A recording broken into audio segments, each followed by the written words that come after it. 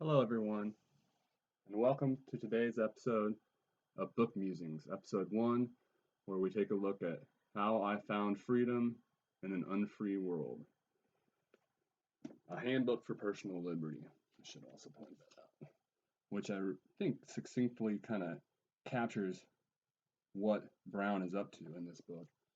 So, again, welcome back. This is the first sort of true episode, if you will, where I actually take a look at a particular book. In the previous episode, or episode 0, I basically introduced the series, talked about what I'm going to be up to in Book Musings, where, basically I'm going to reflect on the books I read, tell you a little bit about what the book offers, what it's up to, or what the author's trying to do in it, and then tell you a little bit about kind of what I took from it, both positives and negatives, and then give it a grade. So we'll see what Harry Browne's How I Found Freedom in an Unfree World, a handbook for personal liberty, what grade it ultimately gets at the end of the episode. But at the beginning, I'm going to sort of outline what it was that brought me to this book in the first place. I'm then going to get into, again, what I think Browne's ultimately up to, what he's trying to do with this book, other than make money, as he concedes at various places throughout the book. And then I'll tell you, offer you, a few reflections, what I thought about the book, and then grade it. We'll see if he can make the Book Musings Hall of Fame, or maybe even the top shelf of the Book Musings Hall of Fame. So without further ado, what was it? How in the world did I, especially in an unfree world, how is it that I chose, decided to, was determined to select this book to read? Well, it actually all comes back to, and I must give credit, I'm going to go ahead and erase this here.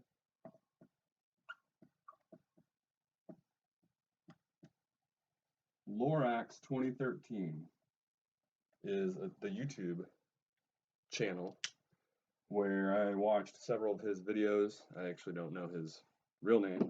That's the, again, title of him, or his account, his YouTube channel.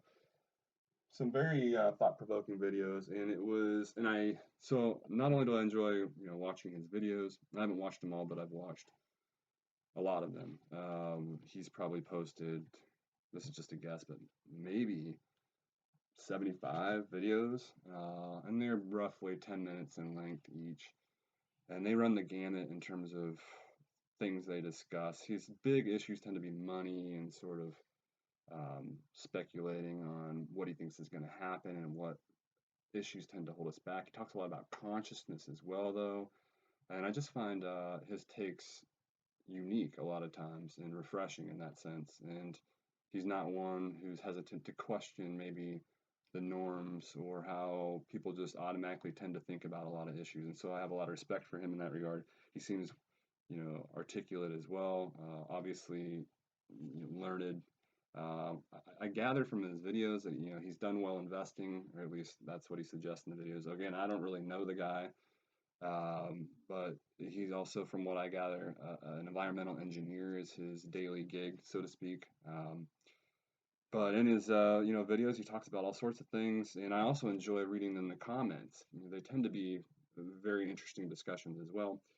Anyway, in one of his videos, and I should have remembered, or I should have looked into which one it was, but if you look at his videos, Lorax 2013, in one of those 75 videos, you will find him, and I think he actually starts just like I did, holding this video or this book up.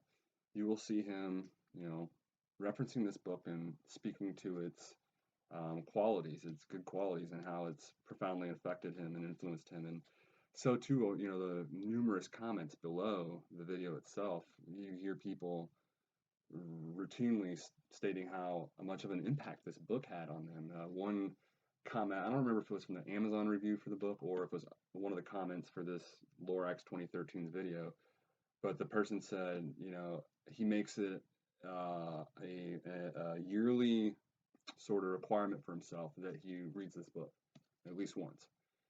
So wow, all these people are saying this. This guy whose videos I've really been into, at least lately, and he seems to have his stuff together in some sense. All these people are really recommending this book. I'd never heard of Harry Browne before, which I'm one thing that'll come out in this episode is that I'm not very political, and if you've watched some of my other videos, that comes out as well. I'm about as apolitical as you can get. Again, that'll come out more and more as we proceed here. I didn't know that he had actually run for president, and back then, at this time, I was actually a lot better versed or more well versed in the political scene. So I probably, maybe it's just a matter of me forgetting, over decades. But I had no recollection of this guy whatsoever, or his book, or any of his books. I think he wrote 19, if I recall correctly. So he wrote quite a few books, some of which I'm going to look into in terms of reading as well.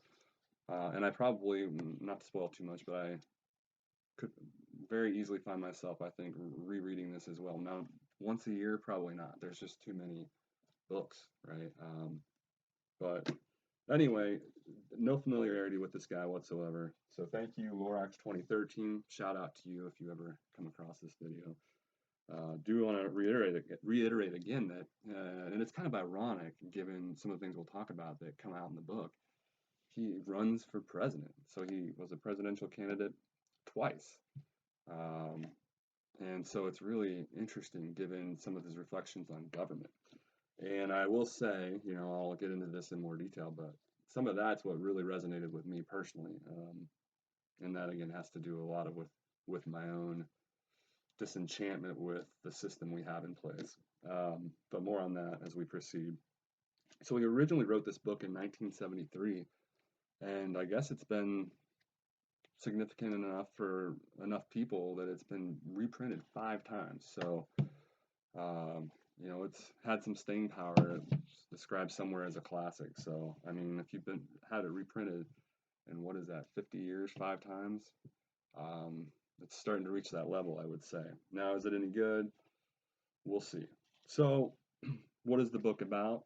What's he up to? What's Harry Browne up to here? That's probably going to fall over if I try to do that. We'll see.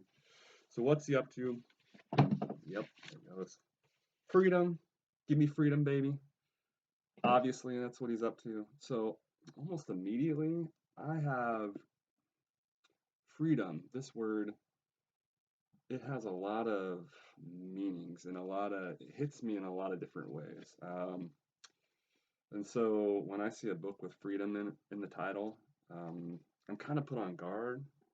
I'm on guard initially, what's this going to be about? Because I actually had a pretty, no offense to anyone out there, but a pretty bad experience in one graduate class where we took it wasn't really that the class was bad, I should say, but we wrestled around with the idea of freedom so much that it almost drove me, it didn't drive me crazy, but it annoyed me, right? I didn't enjoy the class because of some of the sort of arguments and philosophical discussions that surround this idea of freedom. Now, on the one hand, there's the metaphysical idea, of are we free or is everything we do ultimately determined? And I can get into those discussions. Again, maybe this is a matter of taste, but I much more prefer those kinds of discussions. I have a good buddy where we'll routinely, Josh, have these kinds of, discussions, whether or not we're ultimately free. And I've taken the stance, I guess what you'd say, of a determinist, that as much as we like to think of ourselves as free, no matter what, right? There's ultimately the sense, I would argue, David Hume, and sort of if you dig deep enough, you can get kind of a mechanistic account where ultimately everything you do is sort of, I would argue, steered by prior circumstances that are, science seems to bear this out. Psychological research, most of what we think and do ends up being sort of on a subconscious level. We're not even reflecting on it. So, are we free? It's hard for me to think of myself as ultimately free, no matter what it is I do, if I acknowledge that how much I am steered by these other factors. How can I ever say with certainty that I truly did dictate this outcome wholly of my own accord? Anyway, that's all sort of the metaphysical issue. Are we ultimately determined in some sense or not? But on the other hand, then there's these kind of separate discussions about, never mind, whether or not we can actually be free isn't really questioned, right? Instead, what's questioned is like, what is freedom, right? What does it really amount to? Yes, it exists. It's not the argument of, or the discussion of, does it exist in the first place? No, it exists, but what does it really mean to be free? And those are the discussions that I just had too much of. So you get, for example, this distinction between negative and positive freedom, where most of us would think of ourselves as free, so long as we are free to move about as we choose, right? If I want to go to the liquor store, there's nothing stopping me. If I want to go gamble my money, there's nothing stopping me. If there is, right, if gambling's outlawed, well, then that's a restriction in the sense of our negative freedom, our freedom in the negative sense. Okay, and we won't get too much into that. Versus then people wanted to sort of discuss freedom in a different sense, and they started calling it positive freedom. And I was so annoyed by this, I actually wrote a paper called How Positive is Positive Freedom, where they wanted to, people who would advocate this idea of positive freedom wanted to suggest there's more to freedom than just that ability to do what it is we think we want, right? And nobody's restricting us from moving about. No, we're not truly free unless we have X, Y, Z, right? And then the idea is, we had to reflect on the things that truly mattered in life, to spell out what a person needs in order to be truly free, right? The idea is, and I mean, you can kind of feel the pull, right? The idea is the alcoholic truly free. Nobody's stopping him from going to the liquor store, but in another sense, right? The idea is not really free. Um, because of his socioeconomic circumstance, his or her socioeconomic circumstances, so on and so forth, whatever, right? Put ended up here, he or she is in this condition where, for whatever reason, right, they can't, they're not in a position to make rational decisions or to the full extent that they could, right?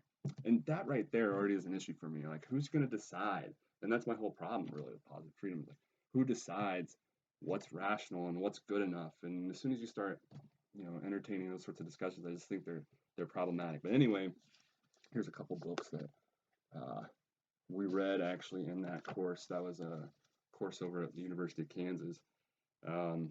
So anyway, all this is just to say that freedom is, especially if it's not, I do enjoy more of those discussions of the metaphysical, are we actually free in the first place in any sense? But then I get leery of, the other kinds of discussions, which is kind of what this is, it takes for granted that we can be free. So how is it then, assuming we can be free, or provided we can be free, how are we to best actually be free? And so, setting aside all of my concerns about, conceptual concerns about freedom in the first place, provided we assume there is such a thing, then, I'm okay with him sort of spelling out how he thinks it is that we're not free, insofar as we're not free then, and how we can go about becoming free. And that's exactly what he's up to then. I think he does it in a pretty commendable way too, in the sense that he really does convey his points in a kind of clear fashion, and I would say in chunks, easily digestible chunks. That's one of the, I'd say, the assets, or the nice things about his style that really jumped out to me is that I actually had my son read some of the chapters, 10-year-old son, and he could easily understand the principles and the arguments that Browne is offering. So, in these kinds of discussions can get pretty murky and tricky. And so, given that, I think he does, I'm already jumping ahead to my reflections or some of them, but I think he does a pretty good job of sort of delivering, his positions on the issues he raises in a very clear manner. So his general idea is that it's kind of similar to Rousseau. I was reminded of Rousseau. The idea is that really there's nothing stopping us from being free. and that we ourselves are the ones enslaving us for the most part. It reminded me of Rousseau, or at least one passage. It reminded me of Rousseau in the sense, remember, Rousseau famously says, man is born free and everywhere he is in chains, right? We're sort of born free, and then due to all the sort of structures and society and so on that we ourselves submit to, we then sort of slowly over time enslave ourselves, more or less, when we were actually started and have the capacity to be free if we just see the light, so to speak. So then Browne, similarly, in the book on 160 here, where is that? 160. He writes, everyone begins life as a free person, but as time passes, most people accept the prearranged programs and never stop to realize the freedom they possess. They accept standards and situations that are unsuitable to them. And that's really one of the prevailing themes throughout the book, is that one of the big issues for us, one of the things holding us back from being truly free, is what he calls the identity trap, and that we are trying to live up to other people's standards and hence be someone we're not, right? Not true to our own identity. Or, and sort of the flip side is we spend too much time sort of focusing on others, right? And trying to get them to be the way we think they should be, right? Conform to our own standards. And both are equally problematic, right? He wants to say everyone is their own person. We have our own standards. Everyone else has their own standards. And the issue is oftentimes what he would call the identity trap. One way or another, we don't realize that we ourselves have our own identity and what that is, and that other people have their own identities and standards and what those are, and we don't appreciate that enough. And so a lot of our issues, again, boil down to us not being true to ourselves, right, and catering to the standards and norms that have been thrust upon us by the rest of society or the people that matter to us. Okay? We're catering too much to standards that aren't true to our own nature. And then, so too, again, a lot of us, and I think this personally, this really spoke to me in the sense that I think my issue, I've always been, I would say, okay in that sense, right? I've always been kind of true to my own nature, I feel like. But the second element, right, getting others to see the light, right? We all think that we have our, our standards are right. And I think he's right to point out that one of the ways you can kind of free yourself from a lot of issues is to stop trying to get everyone else on board with where you're at or how you think and what you do. Okay, it's okay if your best friend or your wife or husband or whoever, brother or sister, they don't like to do exactly the same things you do or as much as you do. Okay, and he points that out, and you, right, need to respect that. And the more you respect that, he says, the more you will feel yourself sort of free from that constant sense of obligation to try to get everybody else on board, right? Stop focusing so much on what everyone else is doing and focus instead on figuring out what it is. And so a lot of us have this problem, right? Oh, we'd like to stick to our standards, but what actually are they, right? He talks about how fleshing out what our true nature even is and what our standards are in fact, that's very difficult, and a lot of us haven't even accomplished that. We don't even know what our own standards are, right? Because we've lived a life where they're constantly muddled with all these other standards that we've let be imposed on us. And he makes it very clear it's always us, right? Don't ever focus on mom and dad and how they thrust it upon you, right? When you were conditioned. So no, you weren't conditioned. You had the opportunity. You allowed, right, these standards to be imposed on you. And regardless, right, from this point forward, he stresses, you always have the opportunity, no matter what happened, right, to stop doing that. Stop allowing, right, yourself to conform to other and not your own nature, right, to other natures and other standards, the standards of other people. You always have that capacity to do that, regardless of whether to what extent you've done it in the past.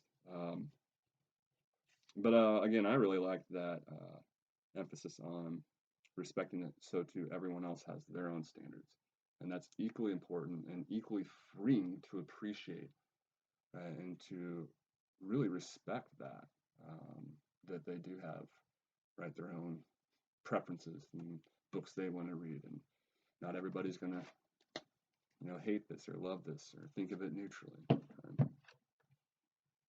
So we essentially ourselves are like enslaving ourselves more or less, and we always have at all points in time really the power to get rid of all this stuff that's frustrating us and to sort of become truly free in that sense, if you will.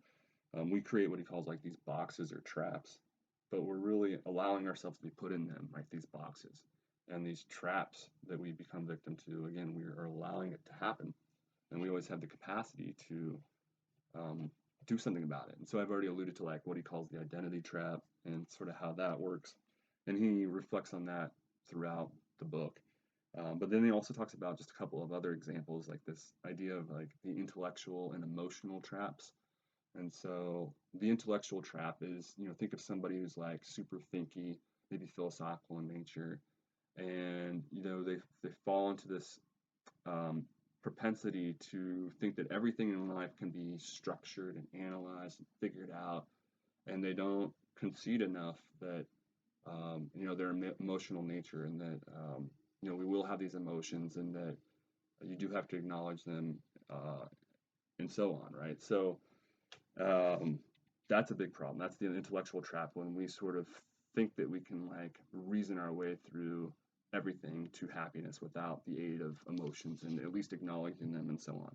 And then conversely, the emotional trap is like kind of the opposite, he says, where we make huge significant decisions in the moment when we're really passionate or extremely mad or extremely happy, right? When we think, of course, this probably isn't explicit in our minds, right? We're being emotional after all, but we make these significant choices which sort of imply that, right, that we can be true to what we really want in those moments when that's not the case, right? We probably all can like identify with that idea where you don't want to make these significant decisions when you're extremely emotional, regardless of what the emotion is. I've learned, and this is again another aspect where over the years I feel like it's something that I've had to work on, right? Avoiding, because I'm a very passionate person, I feel like, in some regards. And so when I really get into something, right, I can tend to make decisions, that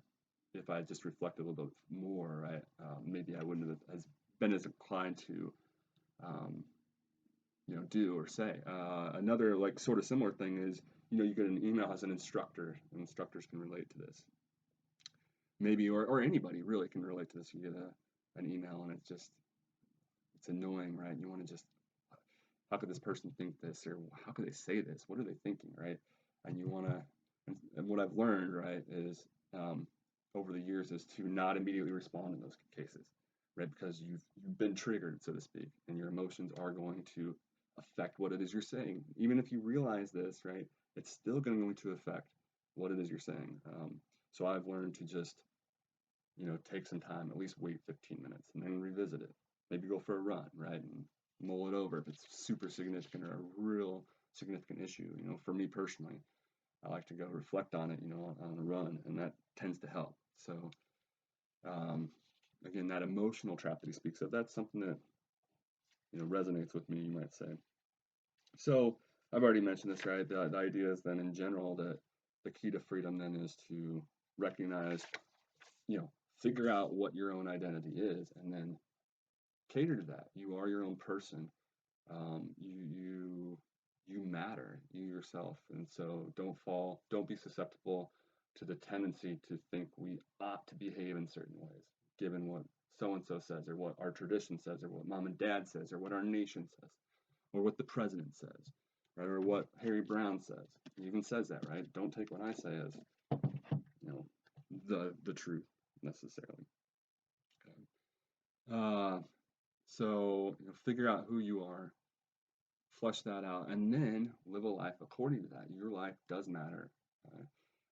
He mentions another way he sort of, a theme that's prominent is this idea of direct versus indirect alternatives. So he talks about that a lot. And the problem then is why a lot of people aren't free is that they focus too much on indirect alternatives.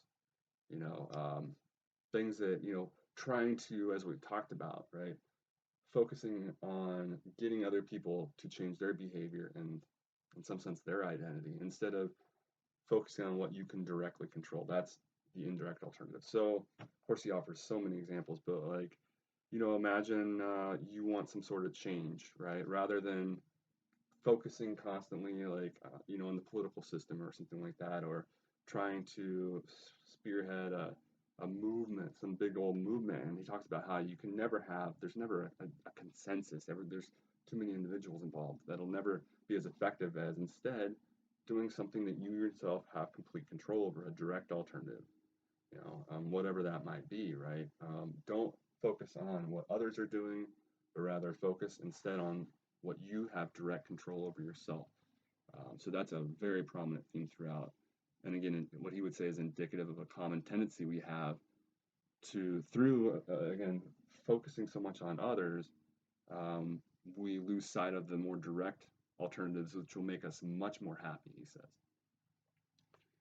So the key to all this, right, figuring out who we are, so on and so forth, really, in a lot of these sort of ideas, he points out that we have to appreciate in the process that we matter.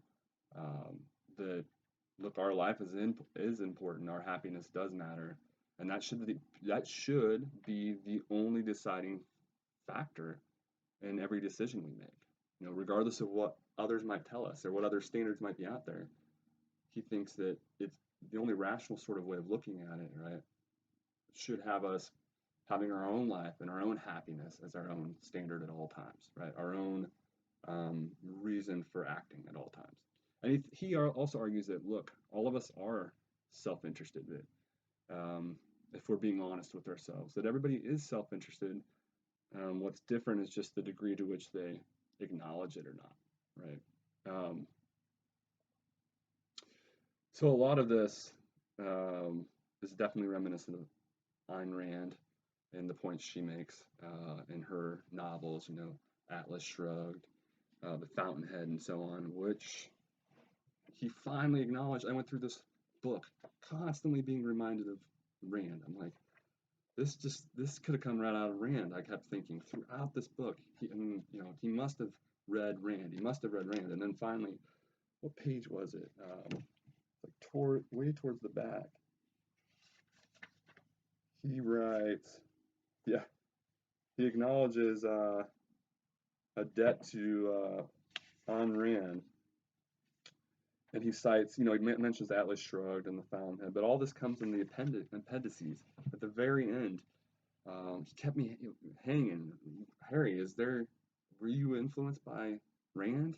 It sure seems like it. At least he does, finally, he does acknowledge, actually, kudos to him. Not many people do this, but he acknowledges the main influences that he had in terms of writing this book and those, and whatever appendix that was, he mentions that. And so, very, very reminiscent of Rand, I would say. So if you are one who finds yourself liking Rand, who I've mentioned in some of my lectures that Rand is very polarizing. So too then. So this reminds me a lot of Rand. So, and I'm not necessarily, I guess, some of Rand's points have resonated with me, but I wouldn't necessarily say that I'm a huge Rand fan.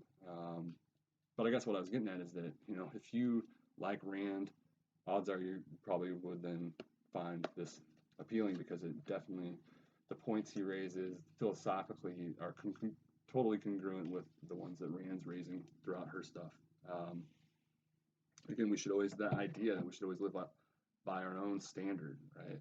Rand talks about how to act otherwise is to act on the standard of death, as a suicidal animal. It's an irrational way to behave. And that's exactly how Harry Browne talks about, not acting selfishly as well. He thinks it's not natural. Okay, so what are my thoughts? I've kind of already tried to develop then at this point the general themes, what's going on in the book. I've already hinted at some of my thoughts regarding the book. So I'll just go through some things that stuck out in my mind. When I first started reading it, I'll be honest, like I never got to the point where I was like gonna actually put it down. But I was like, this really reads like, a self-help book.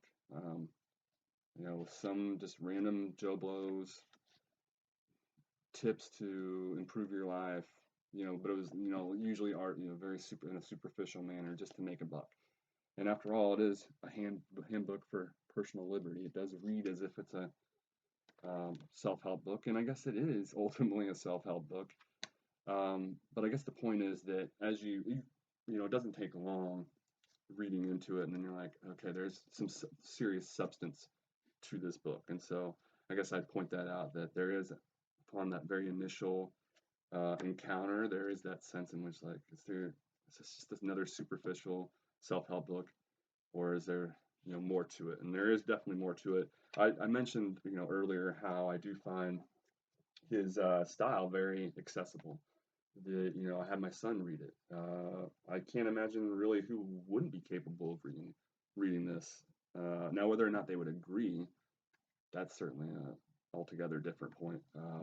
Agree with what he's saying, but it is very straightforward. He offers examples throughout, and he hammers home his points. Almost to the point where if I'm pressed for criticisms, there is some degree of repetition, I'd say. And the ways he puts points sometimes.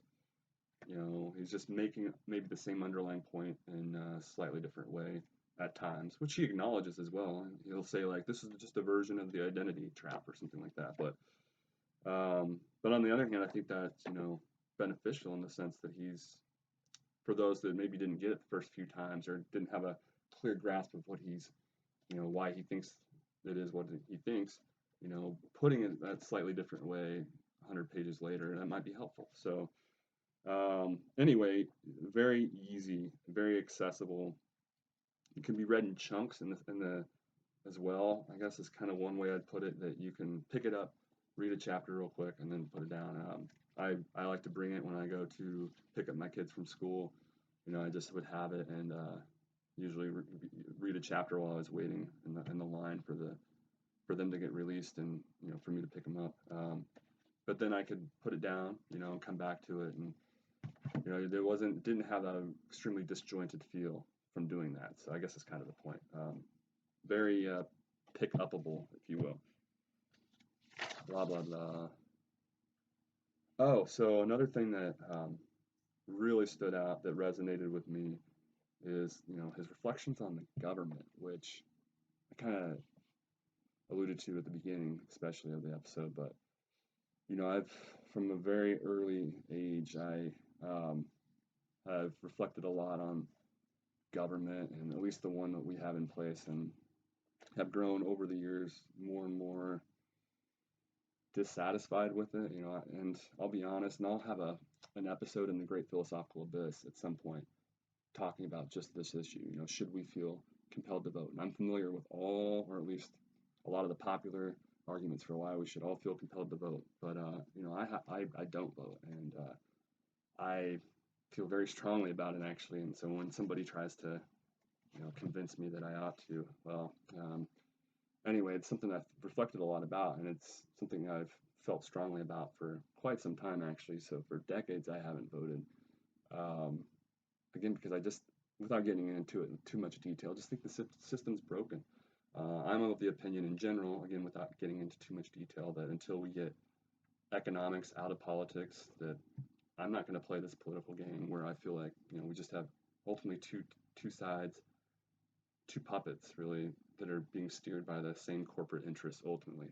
They're ultimately, again, in my opinion, the ones steering the show, or steering the ship, regardless of what team is in place, in the White House at any given time. It's ultimately driven by corporate interest, I would argue. So, anyway, a broken system is kind of my take on it over the years, and it was refreshing then and ironic, I felt like, to hear a candidate for president saying some very similar points, reaching some same conclusions, it seemed like, and having some of the same reflections. And it seemed, interesting to me again that he literally argues against the need for government, and that we are better off, I mean, really, with no government at all, almost at all points.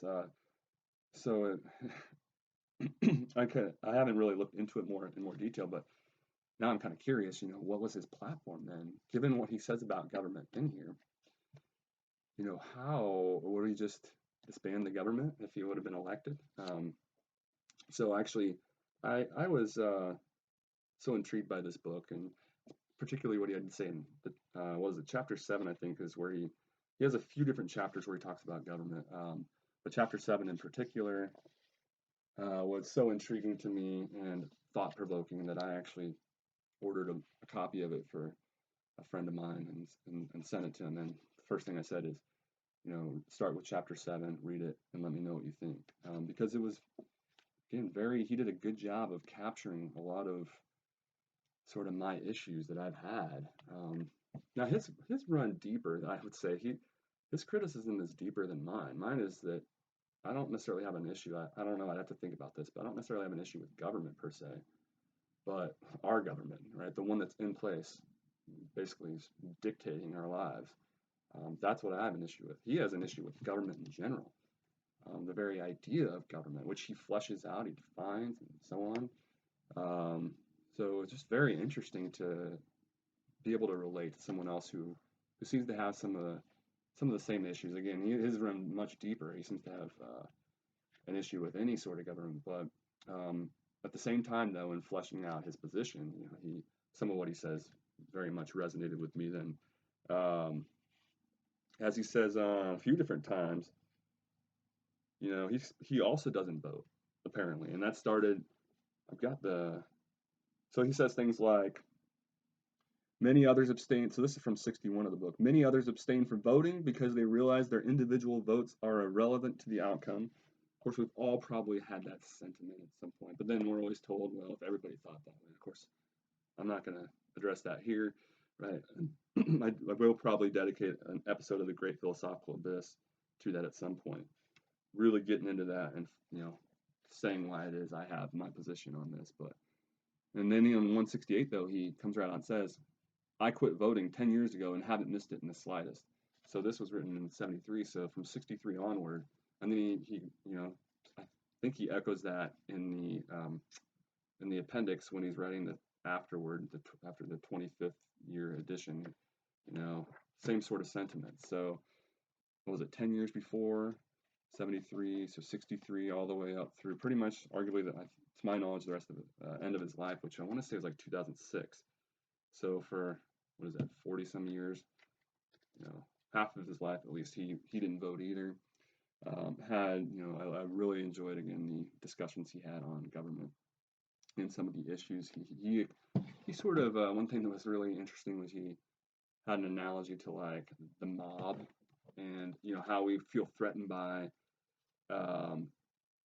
elements of the mafia, right, or a mob, and the threat it potentially poses to us, the syndicate, so to speak.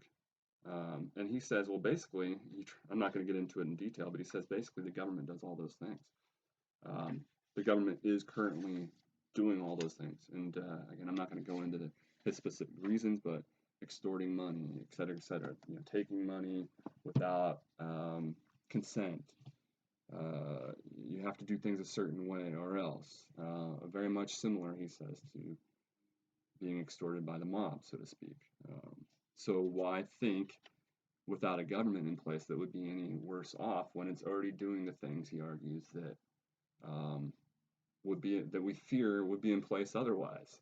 So what is it we're gaining? And then he also then speaks to what it is he thinks we can gain without the government, which is, being more true to our own particular identities and not having to all conform to like a standard that's supposed to overrule everyone.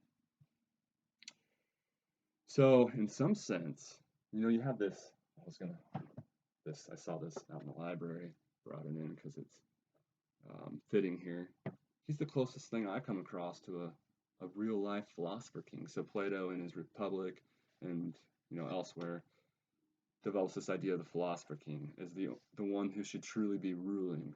All right, who should really rule? Not the ones that want to, not the ones that are playing the political game, not the ones that are on the ballots, the ones that don't want to, because they realize what's really going on and how it's a corrupting sort of process and so on. So always, obviously, given my sentiments and so on, you could probably make the connection. Been an appealing, interesting idea for me. And not that Harry Browne, he's still running for president, right? So clearly not a philosopher king per se, okay, but about as close to a philosopher king that I've come across, in the sense that he definitely wants to distance himself from the usual way of doing things, right? He doesn't want to run things as is typically the way of doing it.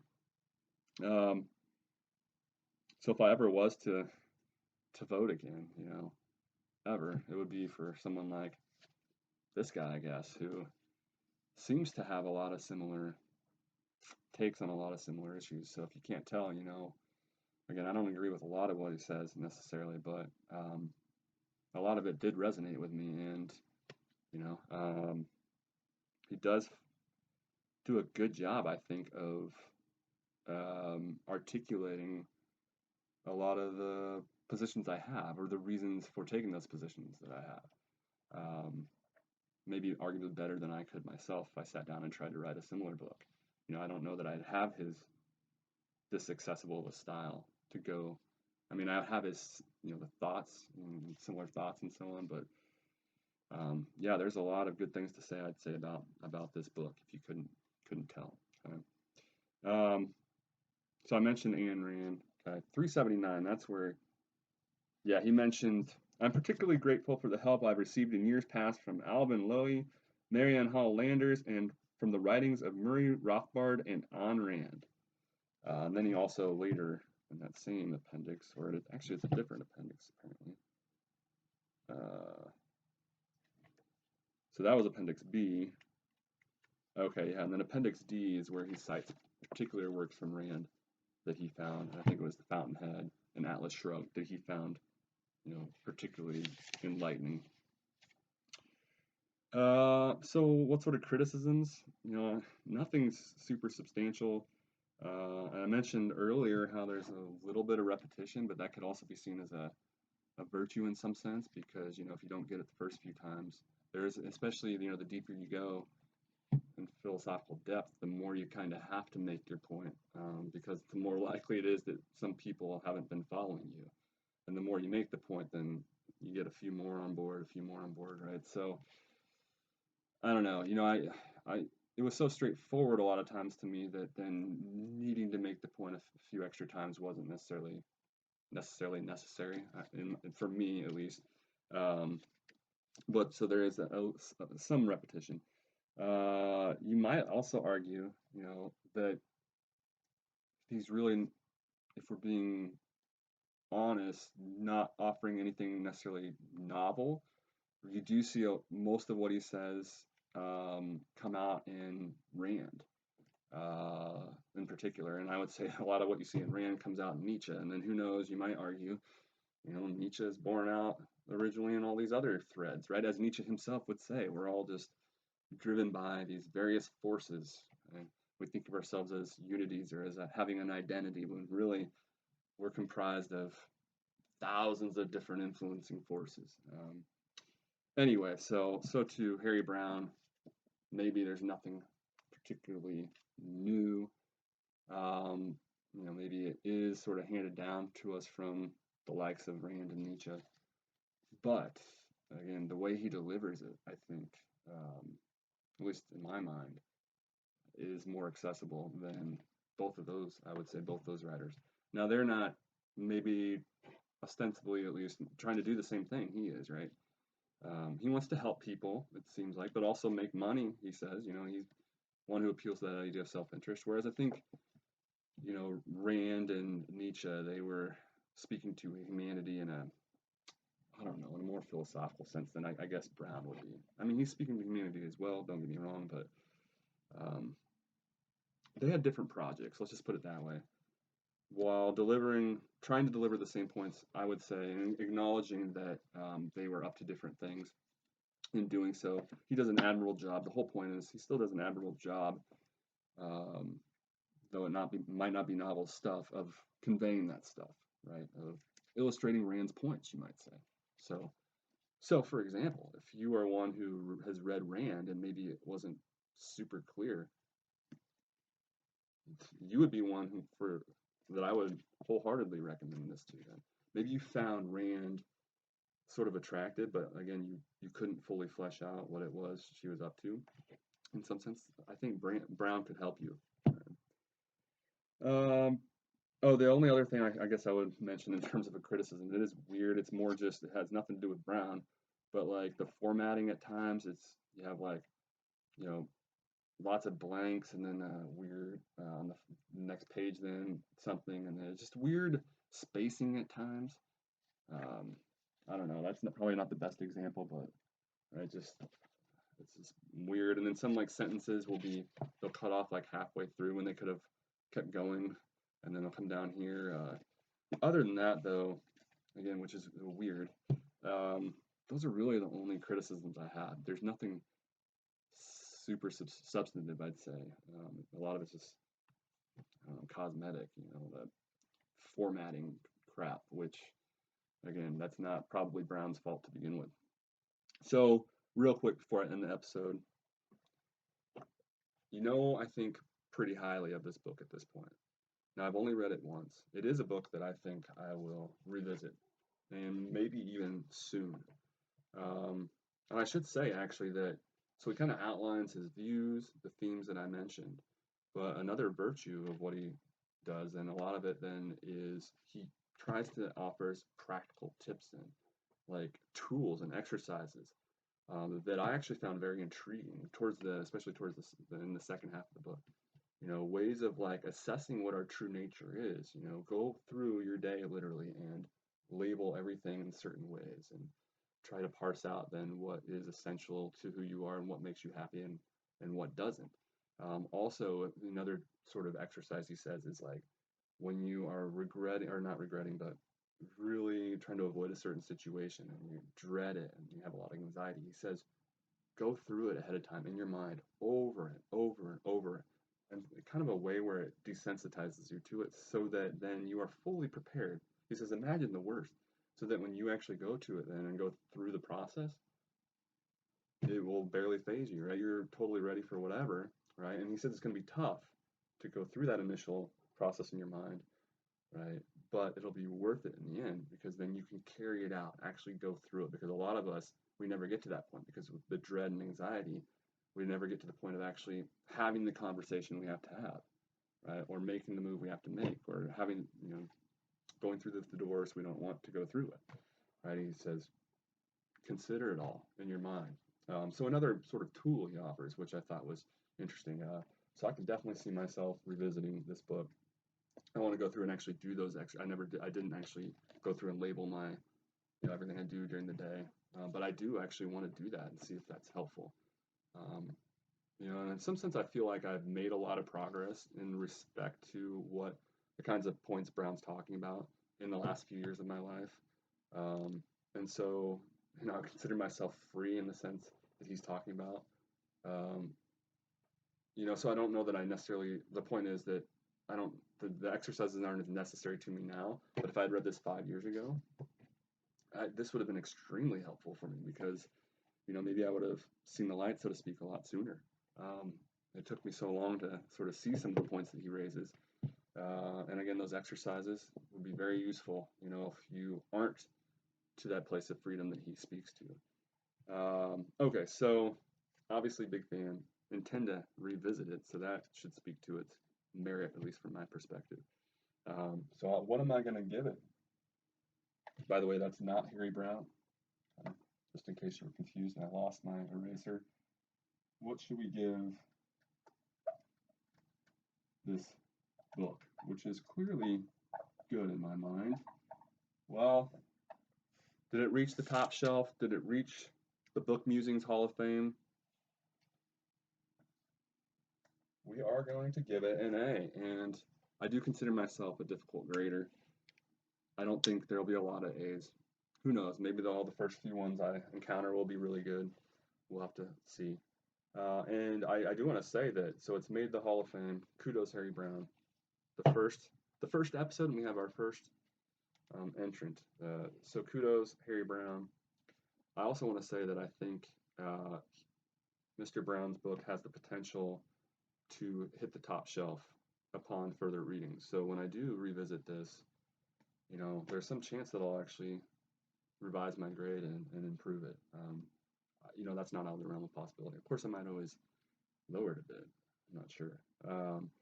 I did want to say that I also am interested then in his Why Government Doesn't Work, and then I guess as a sequel, but I read that the sequel kind of just regurgitates a lot of what was already in Why Government Doesn't Work. At least that was one person's review. But he also has a book in 2000 called The Great Libertarian Offer.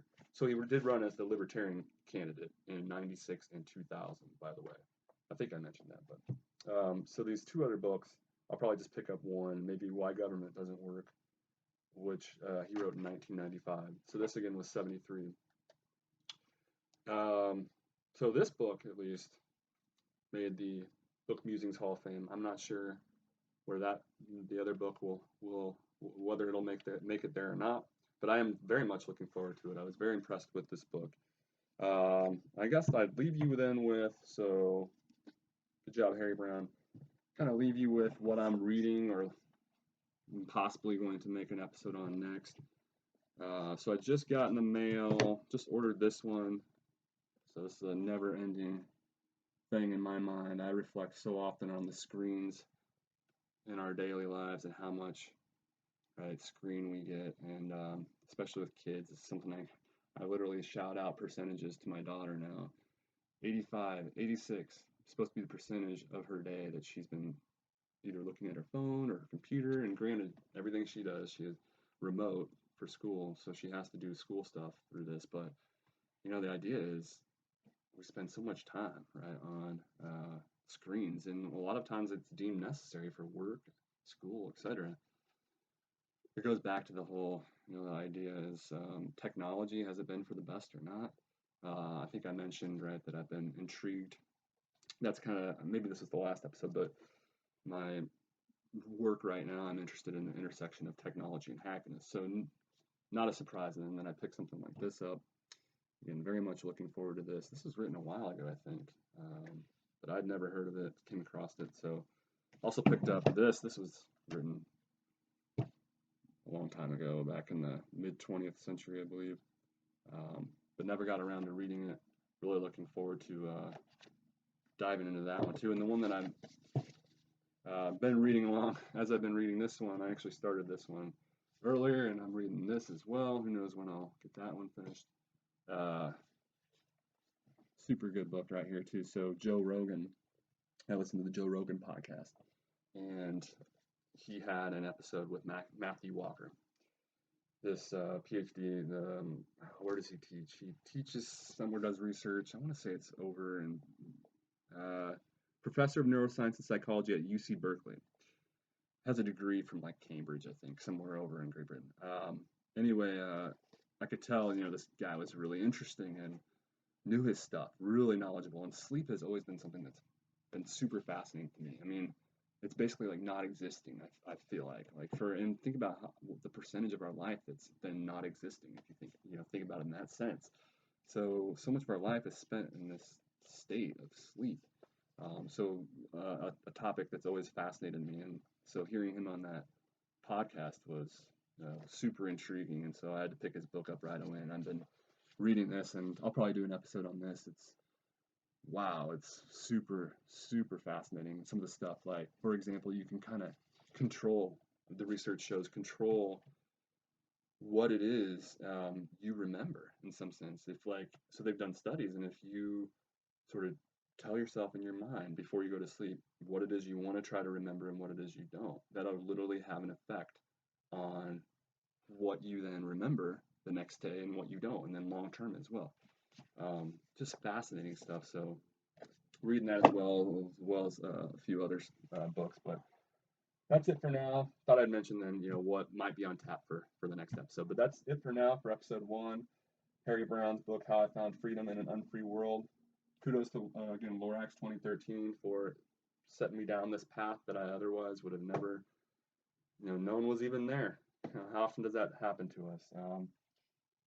Harry Browne earned an A for his book.